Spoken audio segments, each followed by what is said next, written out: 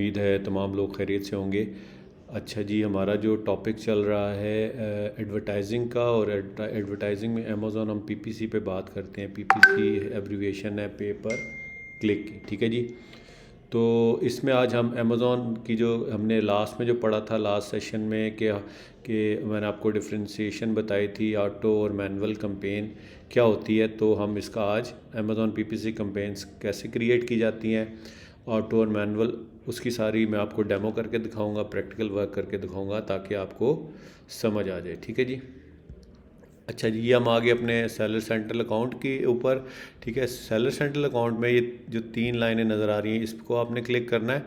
और बाज़ दफ़ा कई जगहों पे यहाँ पर टैब्स बने होते हैं, तो आपने परेशान नहीं होना, तो आपने खुद से देखना है और ज़रा ख़ुद अपना दिमाग तेज़ी से चलाते हुए उसको देखना है कि एडवर्टाइजिंग वाला पोर्शन किधर है, ठीक है। तो एडवर्टाइजिंग वाला पोर्शन ये देखिए इधर आ रहा है, एडवर्टाइजिंग में जाएंगे, उसके बाद यहाँ पर हम कैंपेन मैनेजर में चले जाएंगे, ठीक है जी। अब कैंपेन मैनेजर में ऑलरेडी ये जो कैंपेन चल रही हैं आपको डिफरेंट जो कैंपेन है ये आपको नज़र आ रही हैं, ठीक है। अब इसमें ये देखें एक ब्लू कलर का ये टैब है नीचे नज़र आ रहा है, क्रिएट कैंपेन, ठीक है। इसको आप क्लिक करेंगे। अब देखें इसमें आपके पास 3 ऑप्शन आ रहे हैं, स्पॉन्सर्ड प्रोडक्ट्स, स्पॉन्सर्ड ब्रांड्स और स्पॉन्सर्ड डिस्प्ले, ठीक है। तो हमने बिल्कुल इसमें हमने सारा इसको मैं ऑलरेडी अपने प्रीवियस लेक्चर्स में बता चुका हूँ। तो हम क्योंकि प्रोडक्ट स्पॉन्सर कर रहे हैं तो हम इसकी तरफ जाएंगे, इसको हम क्लिक करेंगे प्रोडक्ट स्पॉन्सर को, ठीक है जी।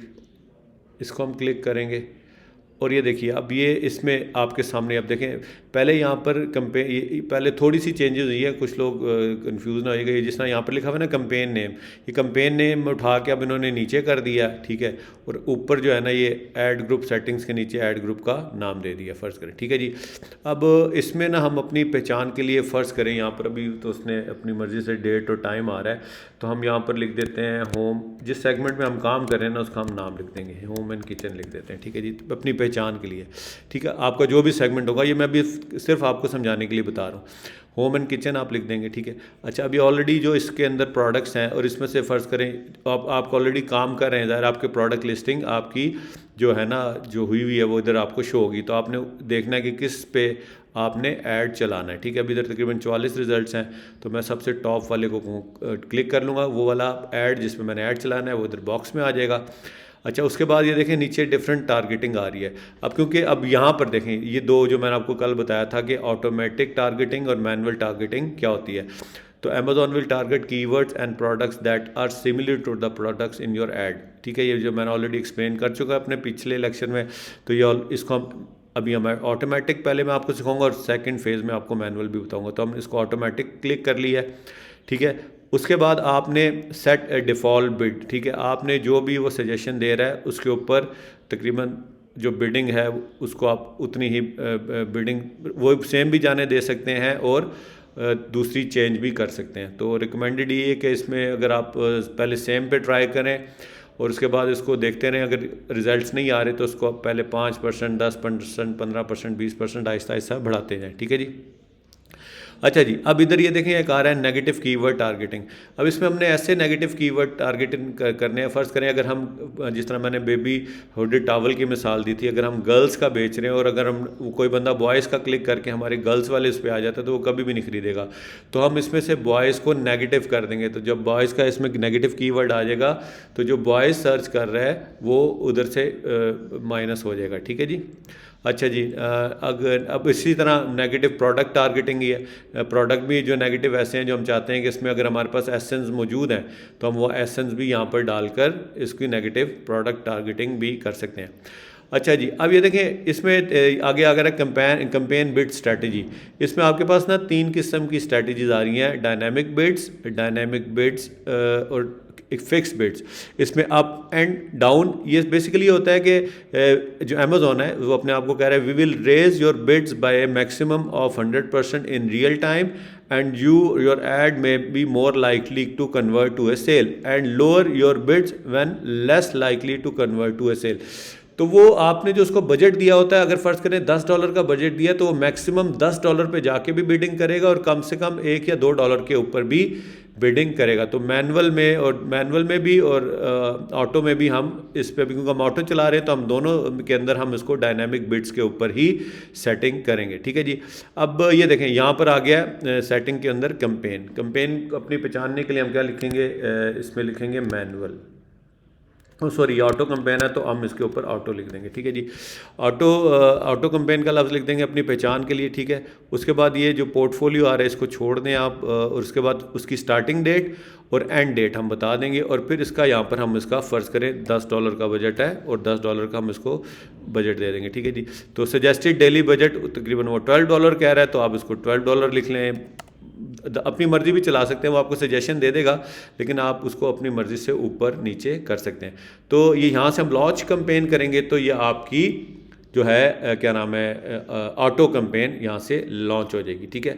अभी मैं इसको लॉन्च नहीं कर रहा क्योंकि अभी मैं आपने समझाने के लिए मैंने आपको सारी चीज़ें बता दी हैं। अब हम सेम सेगमेंट के अंदर जाते हुए हम इसको क्या नाम है, जो है ना ऑटो कंपेन का बताता हूँ मैं आपको। ठीक है जी। अब ऑटो कंपेन में क्या सेगमेंट सेम ही रखते हैं हम। हाँ, इसमें एक चीज़ शायद मैं बताना भूल गया, नहीं वो उसमें आया, उसमें मैं मैनुअल में आएगा। ठीक है।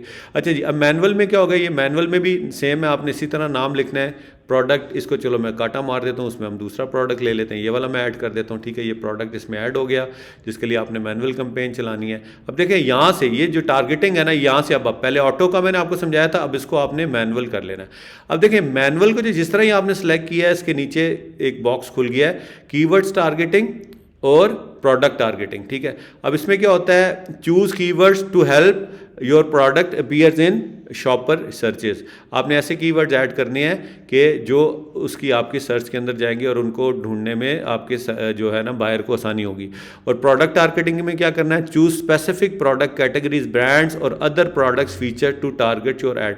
जो आपसे रेलेवेंट मिलते जुलते ऐड है उन प्रोडक्ट्स को भी आप ऐड कर सकते हैं। तो हम इसको ज़्यादातर हम यही यूज़ करते हैं, कीवर्ड टारगेटिंग। अब देखें जिस तरह कीवर्ड टारगेटिंग पे क्लिक किया है तो यहाँ कीवर्ड टारगेटिंग के अंदर ये एक बॉक्स सा खुल गया है। अब वो जो प्रोडक्ट मैंने ये वाला ऊपर ऐड किया था, ये वाला प्रोडक्ट, ठीक है, इस वाले प्रोडक्ट से रिलेटेड यहाँ पर कीवर्ड्स आ गए हैं। अब कीवर्ड्स भी मैंने आपको ऑलरेडी अपने पिछले सेशन में बता चुका हूँ जब कीवर्ड का सेगमेंट था, कि कीवर्ड 3 किस्म के होते हैं, ब्रॉड, फ्रेज और एग्जैक्ट। ठीक है।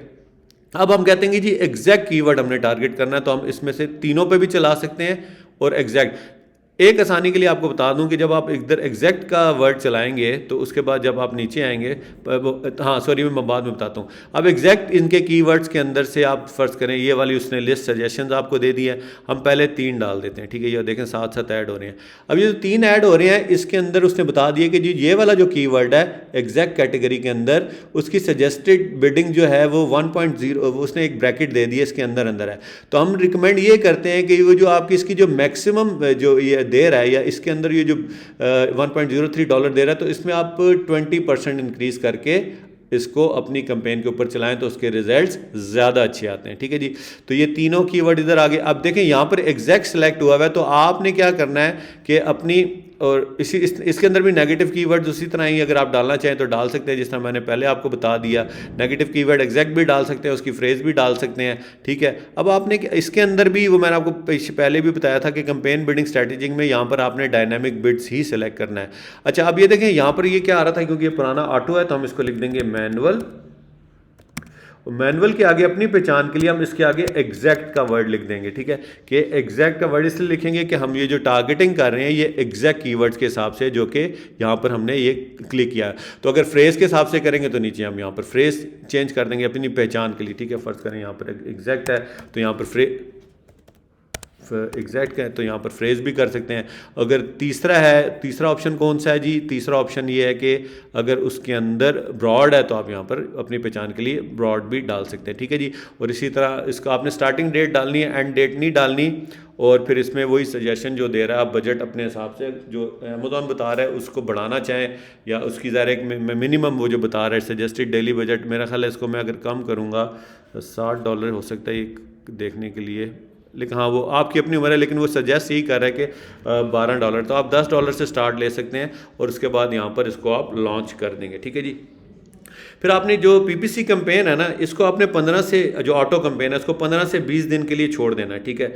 और फिर इसको आपने दिन में कम से कम सजेशन यही है जो एक्सपर्ट्स की, कि आपने अपनी कैंपेन को 2 से 3 टाइम देखना है। अगर उसको ऑप्टिमाइज़ करने के लिए किसी फाइन ट्यूनिंग की ज़रूरत है तो वो भी आप उसको छेड़खानी कर सकते हैं, लेकिन जब आप उसको चेंजेस करेंगे तो ज़ाहिर है उसका लॉगरिथम है, तो दोबारा उसको रिवाइव होने में थोड़ा सा वक्त लगता है, ठीक है जी।